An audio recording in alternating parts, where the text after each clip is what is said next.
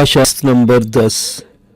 खून आशा मुहिम किस्त नंबर 10। किनारे पर एक रूह फरसा नज़ारा इसका मुंतजिर था। ये पूरी की पूरी हमलावर टीम की कटी फटी लाशें थी जो मेंडजी कीपर्स ने इनके सामने ला फेंकी थी। इनके हाथों मरने वाले मेंडजी कीपर और मेंडजी कीपर के हाथों मरने वालों का खून बारिश ने एक ही कर दिया था। बारिश का सिलसिला बदस्तूर जारी था।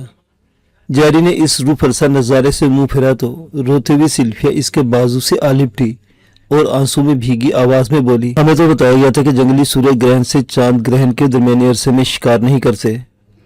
जैरी ने इसे थपका, ये शिकार नहीं इंतकाम है। सिल्विया को तसल्ली तशफ़ी देते हुए फोसाक के कैबिन के करीब पहुंचा तो कैबिन की दीवार से लगे बैठे जो खौफजदा प्रोफेसर ने बताया कि अजीम फोसाक मार्टिन के कैबिन में है। जैरी अंदर दाखिल हुआ तो लॉर्ड और मार्टिन के दरमियान जोरदार बहस चल रही थी, जबकि फोसाग इस बहस से लाताल्लुक अपने मखसूस अंदाज में बैठा हुआ था। जैरी को देखते ही दोनों खामोश हो गए। फोसाग ने जैरी की तरफ देखते हुए कहा, आओ, इन दोनों के दरमियान तो वापसी के लिए बहस चल रही है। जैरी ने जहर खंद अंदाज में कहा, अपने बेहतरीन बंदे कटवाने के बाद ये और कर भी कह सकते हैं। मार्टिन ने झुकी हुई नजरों के साथ कहा, एक दूसरे को इल्जाम देने का कोई फायदा नहीं, जो हुआ सो हुआ, अब तुम क्या करना चाहते हो करो।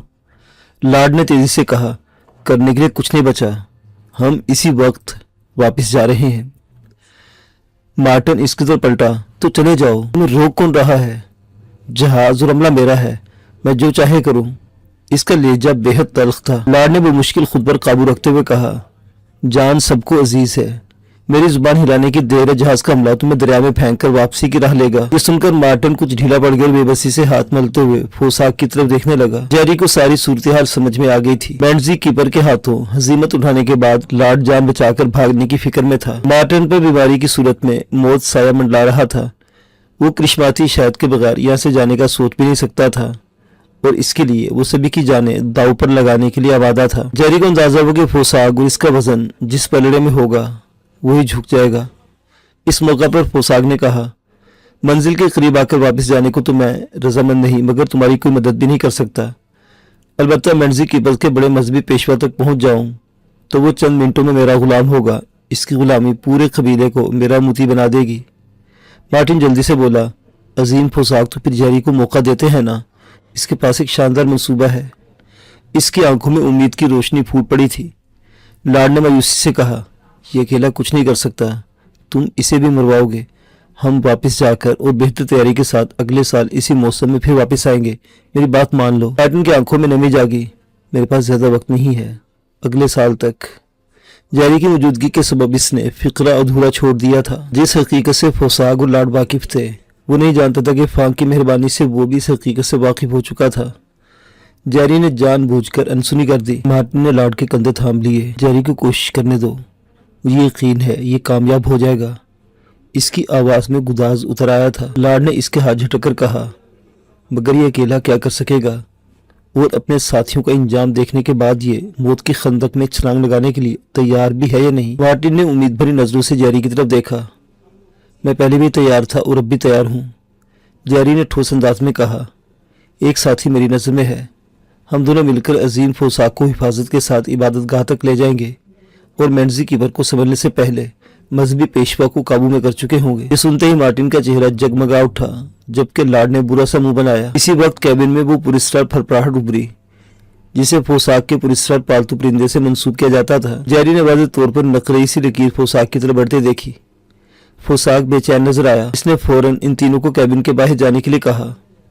तीनों ने फौरन तामील की। कुछ देर बाद फोसाक ने इन्हें दोबारा अंदर बुलाया तो इसका चेहरा तमतमाया हुआ था। वो बोला, आज निस्फ शब रात ढलने पर मेंडजी कीपर ने पूरी ताकत के साथ जहाज पर हमला करने का प्रोग्राम बनाया है और वो भी भरपूर तैयारी कर रहे हैं। वो दरिया के। लॉर्ड ने खौफजदा होकर दखल अंदाजी की, फिर तो हमें फौरन लंगर उठा देने चाहिए। इस गुस्ताखी पर फोसाक ने इसे कहर आलूद नजरों से देखा। तुम बाहर निकल जाओ। लॉर्ड ने फौरन माफी मांग ली। फोसाक चंद लम्हे से घूरता रहा, फिर गहरा सांस लेकर बोला, वो लोग इस दफा दरिया की दूसरी तरफ से भी हमला करेंगे और कश्तियों के जरिए जहाज पर आने की कोशिश करेंगे। इनकी दर्जनों हलाकतें हुई है जिसके सबब इन लोगों की कैफियत जुनूनी हो रही है। सांस लेने के वक्फे के बाद इसने दोबारा कहा, कम अज कम 100 जन मर्द इस पर हमले में हिस्सा लेंगे। एक तरह से समझो ये फिदाई हैं, इबादत गाह में उन्होंने मारो या मर जाओ का हलफ दिया है। फोसाग ये बातें ऐसे बता रहा था जैसे कुछ देर पहले इन लोगों के दरमियान रहा हो। जैरी का ध्यान खुद ब खुद पुरस्कार परिंदे की तरफ चला गया। फोसाग कह रहा था, 2 खानदानों ने इस पूरे कबीले को जकड़ा हुआ है। बड़ा भाई और इसकी नस्ल इंतजामी सरदार है। दिखावे के लिए 2 नायब सरदार है जिन्हें जिस्मानी मुकाबले के किसी भी वक्त कोई चैलेंज करके और जेर करके खुद नायब सरदार बन सकता है। इन दोनों में से एक हमारे हाथों मारा गया। सरदार का एक बेटा भी शदीद जख्मी है। छोटे भाई और इसके खानदान के पास मजहबी विरासत है। इबादत गाह के सारे मामला छोटे भाई का खानदान देखता है। इस वक्त ये दोनों खानदान यकजा बैठे और हर सूरत अपनी हुकूमत बचाने के लिए बाहर वालों को मार भगाने पर तुले हुए हैं। ये सुनते ही जैरी के दिमाग में एक ख्याल आया तो वो पुरजोश हो गया। मेरे ख्याल में तो ये हमारे लिए ज़बरदस्त मौका है। लॉर्ड ने इसे यूं देखा जैसे इसका दिमाग चल गया हो। जैरी ने कहा, इनका हमला रोकने पसपा करने की हम भरपूर सलाहियत रखते हैं। जिस वक्त वो लोग हम पर हमला में उलझे हुए होंगे, इनकी सारी तवज्जो जहाज पर होगी। ऐसे वक्त हम गुब्बारे में सवार होकर इनकी इबादत गाह पर हल्ला बोल देंगे। लॉर्ड ने नुक्ता एतराज उठाया। जहाज से गुब्बारा बुलंद होता देखकर वो चौंकेंगे और मुमकिन इसका ताकुब करें और फिर तूफानी हवा में गुब्बारे को मतलूबा समत ले जाना भी एक चैलेंज है। लॉर्ड ने बड़े पते की बात की थी। जेरी के साथ मार्टिन का उमड़ता जोश भी धीमा पड़ गया। जेरी बोला, तूफानी हवा वाला मसला तो किस्मत पर मुनहसिर है। इस सिलसिले में सिल्विया से बात करते हैं, वो एक्सपर्ट है। फौरन सिल्विया को बुलाया गया। इसने भी तूफानी हवा के सामने बेबसी जाहिर कर दी। इसका कहना था कि मुवाफिक हवा के सबब ही वो गुब्बारे को इबादत गाह तक ले जा सकती थी। हवा के मसले को किस्मत पर छोड़कर दीगर तैयारियां शुरू कर दी गई। फोसाग ने बताया कि मैंडजी कीपर फिलहाल दरिया की दूसरी तरफ नहीं है। हमले से कुछ देर पहले ही वो दरिया अबूर करेंगे। सबसे अहम मसला गुब्बारे को खुफिया तरीके से हवा में बुलंद करने का था। इसके लिए अच्छी खासी जगह दरकार थी। जहाज की ओट में रहते हुए जैरी ने रिस्क लिया और जहाज के अमले के 2 अफराद को लेकर चप्पू वाली कश्ती दरिया के दूसरे किनारे घने जंगल में चला गया। इसे किसी ऐसी जगह की तलाश थी जहां से गुब्बारे को फजा में बुलंद किया जा सके। आखिरकार इसे एक जगह पसंद आ गई। कई दरख्तों को काटकर जगह को वसअत दी गई। फिर इस कश्ती में सबसे छोटा गुब्बारा भी उस जगह पहुंचा दिया गया। शाम के साए गहरे होने से पहले फोसाक, जैरी और सिल्विया इस जगह पहुंच गए। जमीन पर खतरा ज्यादा था। इन्हें रात का काफी हिस्सा इस खतरनाक जंगल में गुजारना था। जैरी और सिल्विया ने मिलकर दरख्तों पर 2 मचाने बांध ली। ये लचकदार नायलून से बनी कम वजन मचाने थी। दोनों को 2 मुख्तलिफ दरख्तों के तनों के साथ बांधा गया था। इन मचानों पर न सिर्फ वो दरिंदों से महफूज थे बल्कि जहरीले हशरातुल अर्ज से भी महफूज रह सकते थे। इनके जिस्म पर पूरे कपड़े थे। हाथ पांव और मुंह पर उन्होंने खास किस्म का लोशन लगाया था जिसकी मखसूस बात से मोटे मोटे मच्छर इनसे दूर रहने पर मजबूर थे। जैरी और सिल्विया राइफल्स, जीत पिस्टल्स, कमांडो खंजर और 10 बमों से मुसल्ला थे। दोनों के पास अंधेरे में देखने वाली मखसूस ऐनकें भी थीं। अंधेरा फैलने लगा था। फोसाक को एक मचान पर चढ़ा दिया गया। इसने किसी किस्म का हथियार लेने से मना कर दिया था। इसकी हिफाजत की जिम्मेदारी भी इन दोनों के कंधों पर थी। यहाँ आने से पहले जैरी ने बहादुरी का मुजाहरा किया था और अपने साथी की लाशें जहाज पर लाने में कामयाब रहा था। आखिरी फैसला ये हुआ था कि अगर नामुवाफिक हवा या किसी और सबब से जैरी वगैरह अपने मिशन में नाकाम हुए तो फौरन जहाज का रुख करेंगे और इसके साथ ही वापसी का सफर शुरू हो जाएगा। जगह की तंगी के सबब जैरी और सिल्विया एक दूसरे में पेवस्त थे, मगर सिनफ मुखालिफ में फितरी कशिश की किसी पस मंजर में चली गई थी। बारिश का सिलसिला बदस्तूर जारी था, मगर अब पहली सी तुंदी नहीं थी। वो दिली दिल में हवा के मुवाफिक होने की दुआएं मांग रहे थे। अंधेरा होते से सारा जंगल जाग गया था। बारिश और हवा की शिद्दत में मजीद कमी हो गई थी। ऐसे लगता था कुदरत को इन पर रहम आ गया और दुआएं कबूल हो गई हैं। अशरातुल अर्ज और शब्बेदार जानवरों की आवाज़ें हर समझ से आ रही थी। अंधेरे में देखने वाली ऐनकें उन्होंने पहन ली थी जिसके सबब हर मंजर इन्हें सब्ज मगर साफ नजर आ रहा था। जंगली कुत्ते या भेड़ियों का एक गोल कहीं से निकला था। अजनबी बास मिलते ही वो मचान के नीचे इकट्ठे हो गए थे। शायद ये भूखे भी थे। इनकी गुर्राहटों और करी चीखों से जंगल गूंज उठा था। खौफ के सबब सिल्विया मजीद जैरी में सिमट आई। वो हौली हौली लर्ज रही थी। जैरी सोच रहा था कि अगर मचान किसी सबब से टूट जाए तो ये गैर मामूली जिसामत के जानवर इन्हें चीर फाड़ कर खाने में चंद मिनट ही लगाएंगे। पोशाक जैसे हर चीज से बेनियाज इत्मीनान से लेटा हुआ था। जानवर उछल उछल कर मचानों तक पहुंचने की कोशिश कर रहे थे, मगर मचाने इनकी पहुंच से बहुत दूर थी। सिल्विया का जिस्म हौले हौले लर्ज रहा था। घने दरख्तों के सबब बारिश के कतरे इन पर गिरने की रफ्तार और भी सुस्त हो गई थी। शायद बारिश दम तोड़ रही थी। इनके ऐन सरों पर गरजने वाले बादल अब कहीं दूर गरज रहे थे। जैरी ने अपनी बरसाती से बारिश के कतरे झाड़ते मध्यम आवाज में कहा, ان کمبختوں کا کیا کریں، جان چھوڑنے کا نام نہیں لے رہے۔ سلویا نے نیچے نظر ڈالی تو اس کا خون خشک ہونے لگا۔ اس نے خوف سے بیٹھی آواز میں کہا، ان پر گولی بھی نہیں چلا سکتے، ہماری موجودگی آشکار ہو جائے گی۔ جیری متفکر ہوا، مینڈزی کیپر آ گئے تو یہ آوازیں ضرور انہیں اس طرح متوجہ کریں گی۔ سلویا بھی متفکر ہو گئی۔ اس مصیبت کا ان کے پاس کوئی حل نہیں تھا۔ ان کے پاس روشنی والے چند گولے بھی تھے۔ ایک دفعہ جیری کے دل میں آئی کہ ایک گولہ فائر کر کے انہیں خوفزدہ کرے۔ اس دستی بم جیسے استعمال ہونے والے گولے کا دھماکہ بھی کچھ اتنا زیادہ نہیں تھا۔ جیری نے پر خود اس خیال کو رد کر دیا۔ روشنی کا گولہ کچھ دیر کے لیے بہت تیز روشنی خارج کرتا تھا۔ گہری تاریکی میں ہونے والی یہ روشنی ان کی نشاندہی کر سکتی تھی۔ بے بسی کے احساس کے ساتھ وہ خاموش لیٹے رہے۔ البتہ آخری حل کے طور پر ان کی انگلیاں رائفلوں کے ٹریگر پر تھی۔ بھوکے جانوروں کو جیسے ان کے جسموں کی باس پاگل کیے ہوئے تھی۔ ان کا جنون بڑھتا جا رہا تھا۔ پھر اچانک ہی ان کے تیور بدلنے لگے۔ انہوں نے کسی اور جانور کی بو پالی تھی۔ بلندی سے انہوں نے جو امپالا جیسے جانوروں کو بے طرح سے بھاگتے دیکھا۔ اگلے ہی لمحے جنگلی کتے جیسے جانور ان کے پیچھے لپکے تھے۔ ان کی آوازیں تیزی سے معدوم ہوتی چلی گئی۔ کچھ دیر بعد ایسا محسوس ہو رہا تھا جیسے وہ کبھی یہاں تھے ہی نہیں۔ فضا میں محض ٹراٹے مینڈکوں اور دیگر حشرات الارض کی آوازیں رہ گئیں۔ انہوں نے اطمینان کا سانس لیا۔ وقت اپنی مخصوص رفتار سے آگے بڑھتا رہا۔ اس دوران سلویا نے جیری کی توجہ قریبی درخت کی جانب مبذول کرائی۔ وہاں ایک مکڑی اپنے بنائے جال سے لٹک رہی تھی۔ ان دونوں نے اتنی بڑی مکڑی کبھی نہ دیکھی تھی اور نہ ہی اس کے بارے میں سنا تھا۔ وہ مکڑی کم از کم 1 فٹ کے قطر کی تھی۔ دیکھتے دیکھتے وہ درخت کے تنے کے عقب میں ان کی نگاہوں سے اوجھل ہو گئی۔ کچھ دیر بعد وہ دوبارہ نظر آئی تو اس نے ایک پرندے کو دبوچا ہوا تھا۔ ایک دفعہ پھر وہ نگاہوں سے اوجھل ہو گئی۔ تھوڑی دیر مزید گزری تھی کہ ایک اور مصیبت نازل ہو گئی۔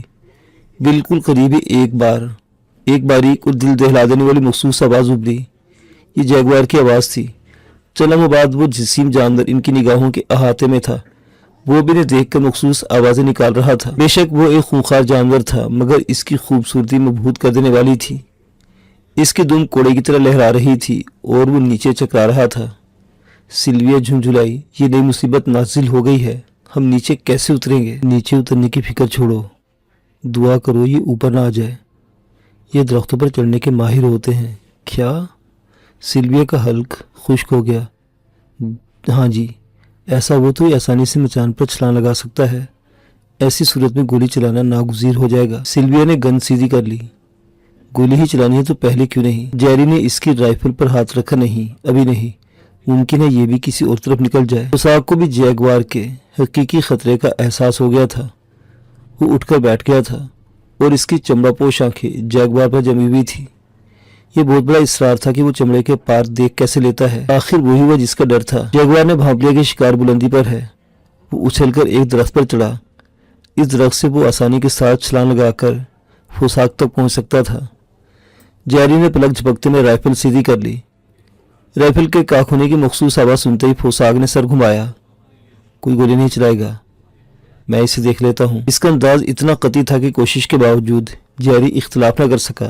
رائفل جھک گئی تھی۔ پوساک کی ان کی طرف پوچھ تھی۔ اس کی تمام تر توجہ جیگوار کی طرف تھی جو آہستہ آہستہ شاخ در شاخ اپنے شکار کی سمت بڑھ رہا تھا۔ پھر انہوں نے پوساک کو اپنی آنکھوں سے چمڑے کی پٹی اتارتے دیکھا۔ فطری تجسس نے ان دونوں کو ڈھانپ لیا۔ وہ بھی پوساک کی آنکھیں دیکھنا چاہتے تھے کہ آخر کیا وجہ تھی جو وہ آنکھوں پر چمڑے کی پٹی باندھے رکھتا تھا۔ فی الحال وہ دونوں پوساک کی آنکھیں دیکھنے سے قاصر تھے۔ اس کا رخ جیگوار کی طرف تھا۔ جیری شدید کشمکش کا شکار تھا۔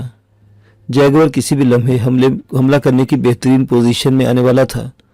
اس کا حملہ یقیناً پوساک کے لیے جان لیوا ثابت ہو سکتا تھا۔ پوساک کی نہ صرف حفاظت کی ذمہ داری اس کی تھی بلکہ پوساک آخری امید بھی تھا۔ دوسری طرف پوساک نے اسے گولی چلانے سے منع کر دیا تھا۔ اسی کشمکش میں ہش ہش کی مخصوص آواز نکالی۔ درندہ چونک کر پوری طرح پوساک کی طرف متوجہ ہوا۔ اگلے چند لمحوں میں جیری اور سلویا نے ایک حیرت انگیز منظر دیکھا۔ پوساک کی طرف دیکھتے درندے کو جیسے جھٹکا سا لگا تھا۔ اگلے چند لمحوں میں اس کی مسلسل گردش میں رہنے والی دم ساکت ہو گئی۔ اس کا جارحانہ پن یک لخت ہی ختم ہو گیا۔ وہ الگ سے پالتو بلیوں جیسی آوازیں نکالتا وہ درخت سے نیچے کود گیا۔ پوساک نے دوبارہ آنکھوں پر چمڑے کی پٹی باندھ لی تھی۔ جیگوار آرام سے اس درخت کے نیچے بیٹھ گیا تھا۔ سلویا کا منہ حیرت سے کھلا ہوا تھا۔ جیری نے ہاتھ سے اس کا منہ بند کر دیا۔ یہ کیا تھا؟ وہ ہکلائی۔ جیری نے کہا، وہ ایک حیرت انگیز شخص ہے، تمہیں یاد نہیں؟ اس نے پروفیسر کو بھی اپنا گرویدہ بنا کر اس کے لاشعور تک محفوظ ساری معلومات حاصل کر لی تھی۔ میرے خیال میں سارا کمال اس کی غیر معمولی آنکھوں میں پوشیدہ ہے۔ ان آنکھوں میں دیکھنے والا اس کی غیر معمولی مقناطیسی قوت کے دائرے میں مقید ہو کر بے بس ہو جاتا ہے اور وہ اس پر قابو پا لیتا ہے۔ یہ کیسے ممکن ہے؟ سلویا ابھی تک حیرت کے سمندر میں غوطہ زن تھی۔ سائنس بھی اس مقناطیسی قوت کو تسلیم کرتی ہے۔ تم نے دیکھا نہیں تو سنا ضرور ہوگا، سانپ اپنے شکار کو اسی مقناطیسی قوت سے مسمرائز کر دیتا ہے۔ شکار ہل بھی نہیں پاتا اور سانپ اسے شکار کر لیتا ہے۔ سلویا نے سر تھامتے ہوئے ڈری ڈری نظروں سے دیکھا۔ تو یہ اس طاقت کے بلبوتے پر مذہبی پیشواؤں کو اپنے بس میں کرے گا؟ میں اس حوالے سے بے یقینی کا شکار تھی۔ جیری مسکرایا۔ اب تو تم اس کیفے سے نکل گئی ہو۔ سلویا نے اس بات میں سر ہلایا۔ پوساک دوبارہ اطمینان سے لیٹ گیا تھا۔ جیری اس کی طرف دیکھتے ہوئے سوچ رہا تھا، مسمرزم، ہپناٹزم، ٹیلی پیتھی، جو بھی تھا وہ پوساک کی ذات میں غیر معمولی تھا۔ نہ جانے یہ طاقت اس نے اپنے پرکھوں کے قدیم علم سے حاصل کی تھی یا خداداد تھی، مگر یہ بات یقینی تھی کہ اسے اس طاقت کے حصول کے لیے کڑی تپسیا سے گزرنا پڑا ہوگا۔ یہ طاقت انسانوں اور جانوروں پر یکساں کارآمد تھی۔ جیری کو بھرپور یقین تھا کہ وہ پوساک کو مذہبی پیشواؤں میں سب سے بڑے پیشوا تک پہنچانے میں کامیاب ہو گیا تو مینڈزی کیپرز پوساک کے اس جاگوار کی طرح موتی ہو جائیں گے۔ اس یقین نے اس کا حوصلہ اور بھی بڑھا دیا تھا۔ سلویا کی کیفیت بھی اس سے مختلف نہیں تھی۔ نیچے بیٹھے جاگوار کا فائدہ یہ ہوا کہ کسی اور جانور کو اس طرف آنے کی جرت نہیں ہوئی۔ وقت آخر بیت گیا۔ بارش رک چکی تھی مگر ہوا اچھی خاصی تیز تھی۔ کھلے آسمان میں یقیناً اور زیادہ تیز ہوگی۔ اور اسرائیل پرندے کی مخصوص پھرپھراہٹ سنائی دی۔ اس دفعہ تاریکی کے سبب اس کا نقلی وجود قدرے واضح نظر آیا تھا۔ جیری نے دو چھوٹے چھوٹے پر دیکھے جن کے آر پار دیکھا جا سکتا تھا۔ اس پرندے کو دیکھتے ہوئے جیری کو جیلی فش کا خیال آیا۔ اس کا بھی تو دیکھا جانا بے حد مشکل ہوتا تھا۔ کیا وہ پرندہ بھی کسی ایسی نسل کا تھا جو یا تو معدوم ہو چکی تھی یا پھر دریافت نہیں ہوئی تھی؟ تھوڑی دیر بعد پوساک کی آواز بلند ہوئی۔ مینڈزی کیپر نکل چکے ہیں، ہمیں بھی چلنا چاہیے۔ جیری نے فوراً اطلاع آپریٹرز کے ذریعے مارٹن کو دی تاکہ وہ اپنے دفاع کے لیے چوکس ہو جائے۔ نیچے سب سے پہلے پوساک اترا۔ یہ بڑا یادگار لمحہ تھا۔ جنگل کا پلا بڑھا جیگوار جو چند گھنٹے پہلے پوساک پر حملے کی تقریباً پوزیشن لے چکا تھا، اب پالتو بلی کی مانند اس کے ساتھ جسم رگڑ رہا تھا۔ ان دونوں کو جھجکتا دیکھ کر جیگوار کے سر پر ہاتھ پھیرتے ہوئے پوساک نے کہا، ڈرنے کی ضرورت نہیں ہے، یہ اب بے ضرر ہے۔ جیری دل کڑا کر کے اتر آیا۔ سلویا نے اتنی مضبوطی سے اس کا بازو پکڑ رکھا تھا کہ اس کے ناخن جیری کو اپنے گوشت میں دھنستے محسوس ہو رہے تھے۔ تھوڑی دیر بعد وہ تینوں پرواز کر رہے تھے۔ ہوا موافق مگر خاصی تیز تھی۔ مینڈزی کیپر کی نظروں سے بچنے کے لیے انہوں نے خاصی بلندی بڑھائی تھی۔ نیچے سے گھنے درختوں کے سبب حد نگاہ کافی کم ہو جاتی تھی، جس کے سبب انہیں یقین تھا کہ انہیں دیکھا نہیں جا سکے گا۔